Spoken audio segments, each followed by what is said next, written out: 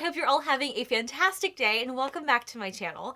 I have not done a sit-down video in a very long time, so I thought this would be the perfect opportunity to also reflect on this past decade and talk about some highs and lows for me. It's been a pretty big decade. I mean, 10 years is a long time, but also look forward to 2020, this next year. I have some big things coming up, and also just the whole decade in general. And I'd love to hear from you guys as well, just sharing some of your highs and lows from the 2010s, and also what you guys are most excited about coming in 2020 and beyond in the next decade as well. So I'm really excited for today's video, and let's just jump right into it. I'm currently 26, which means a decade ago when we were entering into the 2010s, I was 16 years old, which is crazy to me because I feel like that wasn't that long ago, but apparently it was. So back in 2016, back in 2010, I was 16 years old and I was still in high school. And some of the dreams I had when I was in high school, I really wanted to be an All-American cheerleader, mainly because at my high school, you get a banner with your name on it, and I thought that was super cool. So I worked really hard towards that, and I was an All-American cheerleader at my high school, and I absolutely loved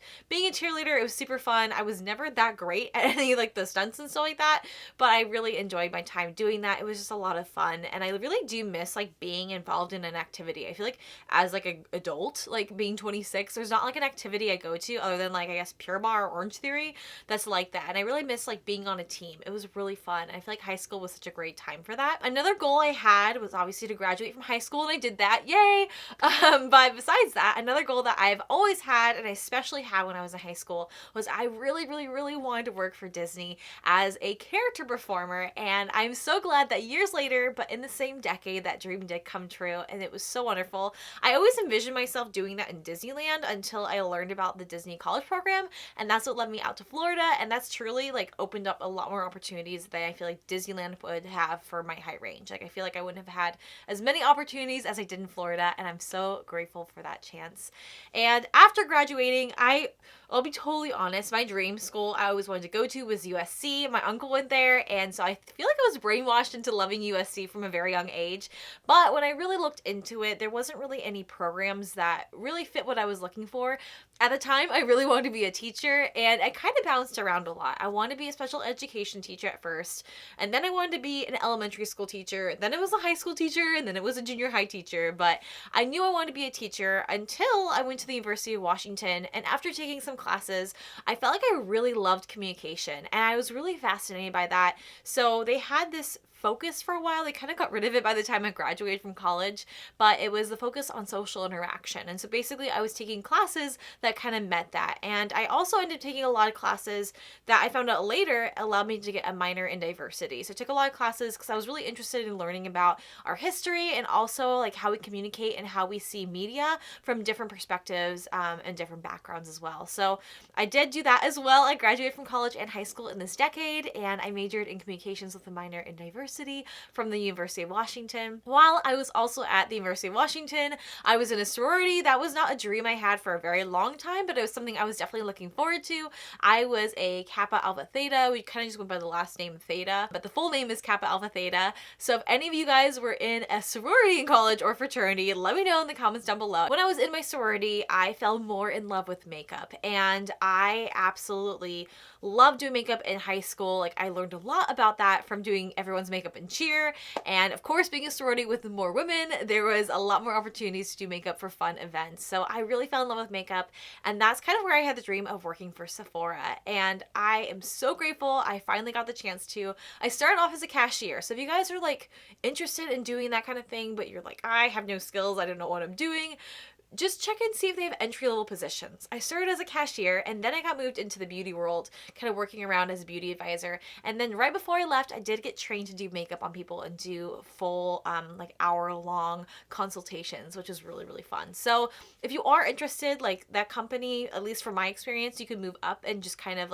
get to know things as you go. And I learned so much about makeup just from working with other makeup artists, and also they constantly taught you new things. So that's one thing I miss a lot about working for Sephora.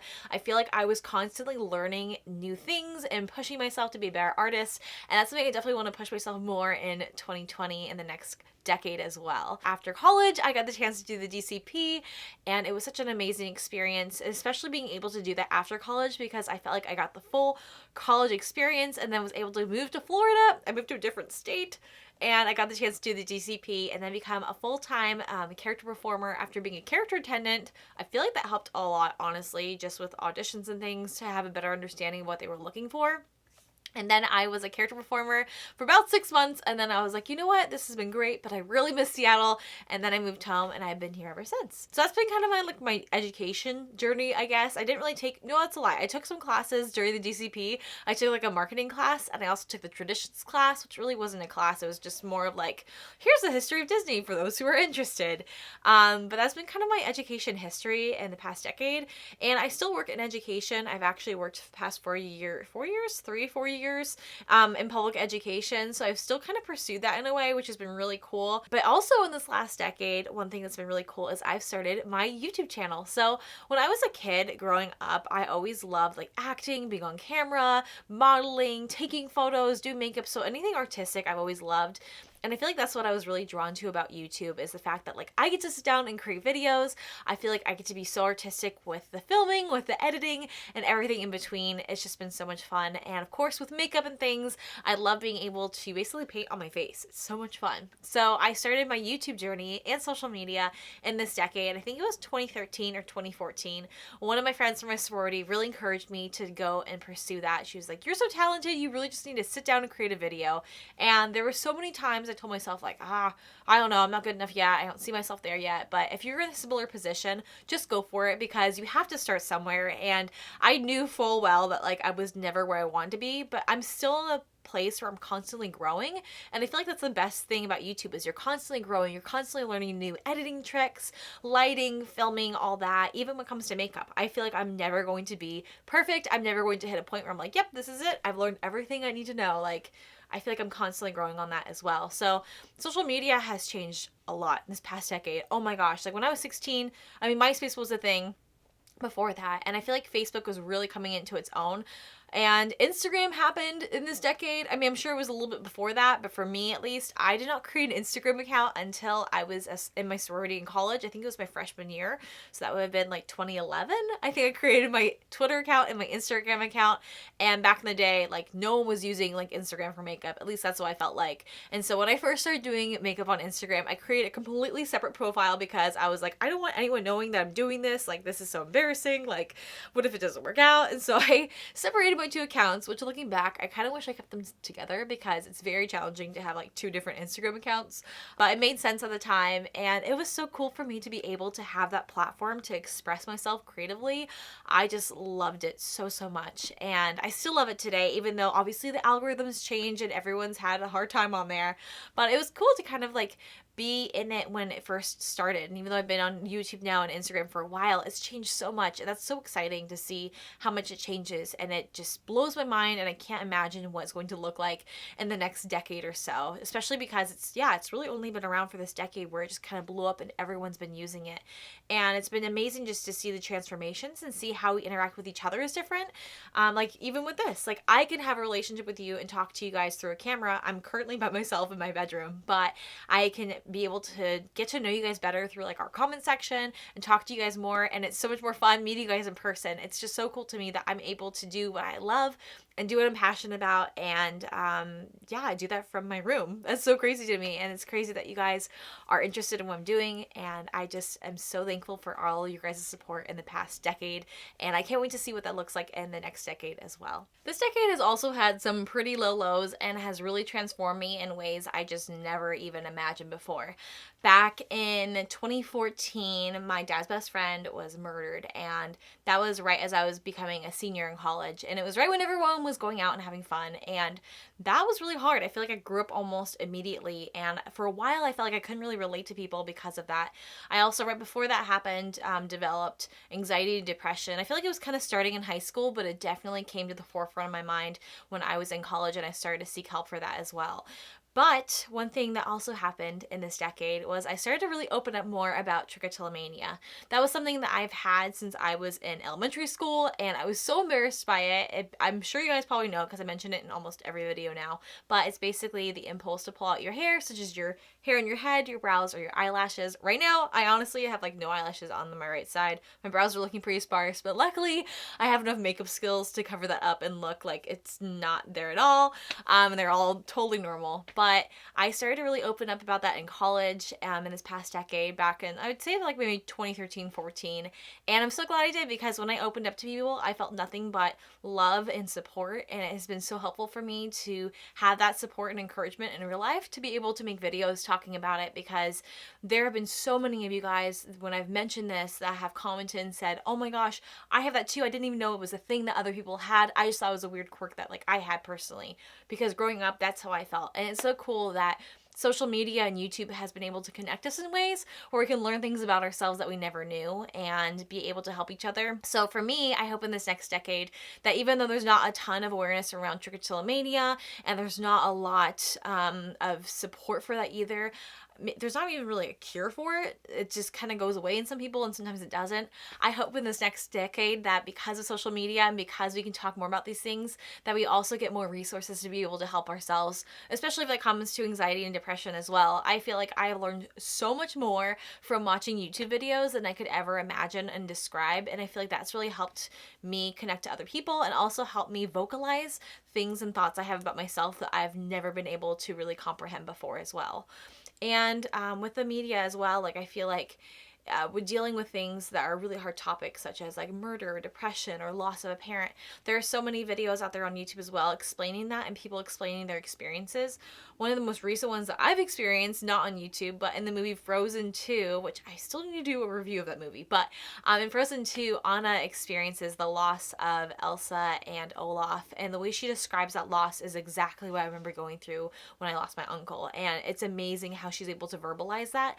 And I hope in this next decade that we can become more accepting and more aware of each other's struggles, and realizing, hey, like even though we've lost someone different, like I can still relate to that pain that you can, and realizing that we're all human, even though we like to Photoshop everything.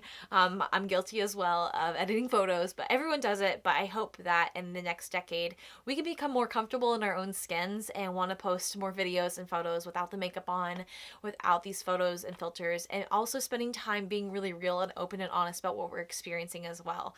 So those are some of my highs and my lows of this decade. But one of the best things that has happened to me, and I don't know if he can hear me or not because he's watching his show right now, but I met my fiance Joel. He's here hanging out while I'm filming right now. But I met him in college. We were actually friends for like a year, and then we started dating. And we've now been together for 6 years. This will be like our 7th like Christmas, New Year's Eve holidays together. And in 2020, we're getting married, and I'm so excited to get married. In this past decade, we've had his nieces and nephews have been born. My brother, my sister-in-law are married. But I'm hoping in this next decade, we can have some more nieces and nephews on my side of the family, hopefully within the next 10 years. I feel like that could happen. And I'm looking forward to that. I'm looking forward to being married. I'm looking forward to hopefully starting my own family, and then also having kids as well.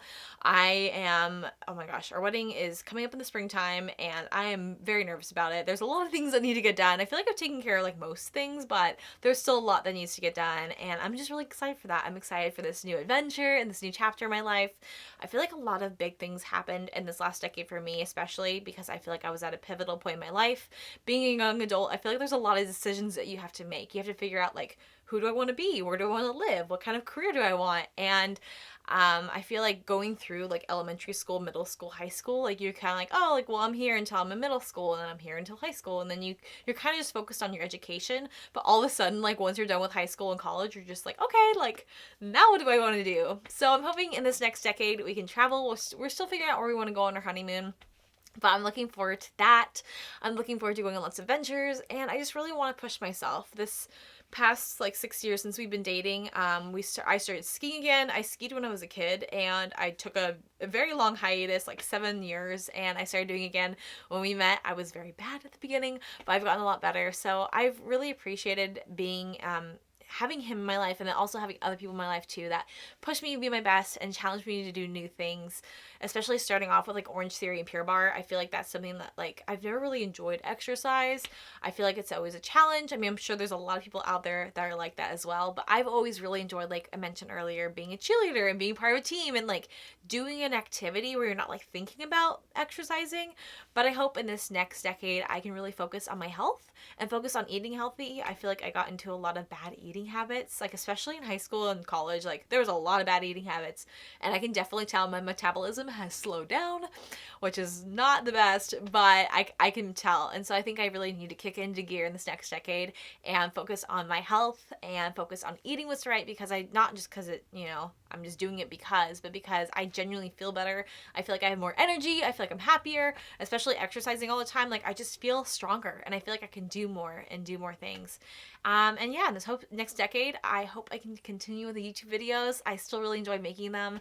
I think it's so much fun, and man, I am so blessed to be able to do this, and I am so thankful for all the people I've met through YouTube or through Instagram or social media. Being able to do the benefit brow search was a highlight in my 2010s. It was amazing, and I have never felt so inspired being around other like-minded artists, just because I feel like I'm definitely like the black sheep in my friend group, just because like not all of them know how to do makeup. A lot of them actually don't know how to do makeup. So being able to be as passionate about makeup and find people that love makeup and love YouTube and social media the way I do in this area has been kind of a challenge. But going to New York with Benefit Cosmetics and being around other artists was so amazing to me, because I felt like they just got it. It was like an instant connection where they just understood the love of makeup. And that's what I love so much about YouTube, is I can put my videos on YouTube and I can find so many of you guys that I will probably maybe never meet in person or don't even live in the same area, but we have like-minded interests. And even having support, like when I'm going through a rough time or talking about trichotillomania, I can still find you guys who may also experience that I might not also run into in everyday life.